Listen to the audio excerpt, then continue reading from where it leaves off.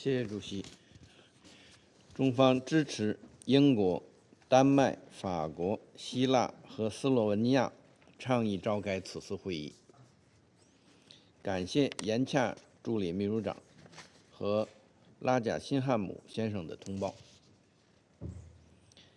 加沙冲突延宕22个月，已经造成6.1万多名加沙民众死亡和前所未有的人道灾难。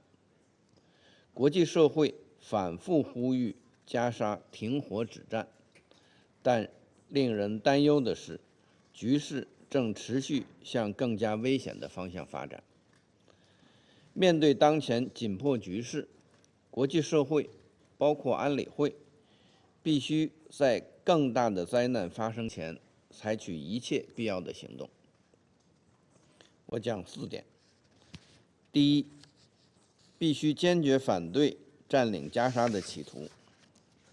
近日，以色列安全内阁批准接管加沙计划，中方对此表示严重关切，敦促以色列立即停止危险举动。加沙属于巴勒斯坦人民，是巴勒斯坦领土不可分割的一部分。任何改变加沙人口及领土结构的行为，都必须予以坚决抵制。第二，必须放弃武力至上的迷思。军事手段不是解决问题的出路，立即停火才是拯救生命、让人质获释的正确方式。持续升级对加沙的军事进攻，只会造成更多的杀戮和死亡。我们也注意到，立即实现停火，让人质早日回家，同样是广大以色列民众和人质家属的希望。以色列政府应当听取国际社会和国内民众的呼声，立即停止加剧紧张局势升级的行为，停止对加沙的军事行动。对当事方有重要影响力的国家，应秉持公正负责任的态度，采取切实行动，推动停火。第三，必须缓解加沙人道灾难。加沙已处于饥荒的边缘，近200人因饥饿而死亡。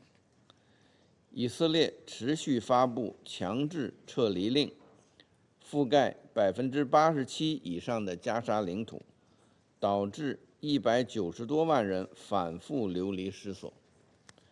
200万加沙民众的生命绝不能成为战争的牺牲品。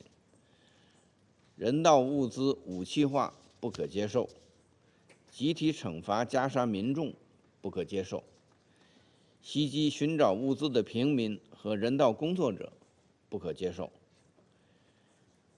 以色列必须履行占领方的国际人道法义务，开放全部过境点，解除对物资准入的限制，保障人道物资大规模、迅速、安全地进入加沙，支持联合国以符合人道主义原则的方式开展救援。第四，必须重振两国方案的前景。落实两国方案是解决巴勒斯坦问题、实现巴以和平共处的唯一可行方案、唯一可行出路。上周举行了落实两国方案的高级别会议，发出了支持两国方案的强烈呼声。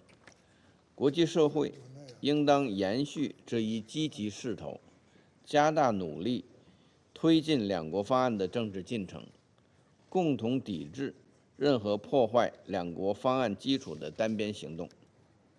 中方将继续同国际社会共同努力，推动平息加沙战火，缓解人道灾难，落实两国方案，最终实现巴勒斯坦问题的全面、公正和持久解决。谢谢主席。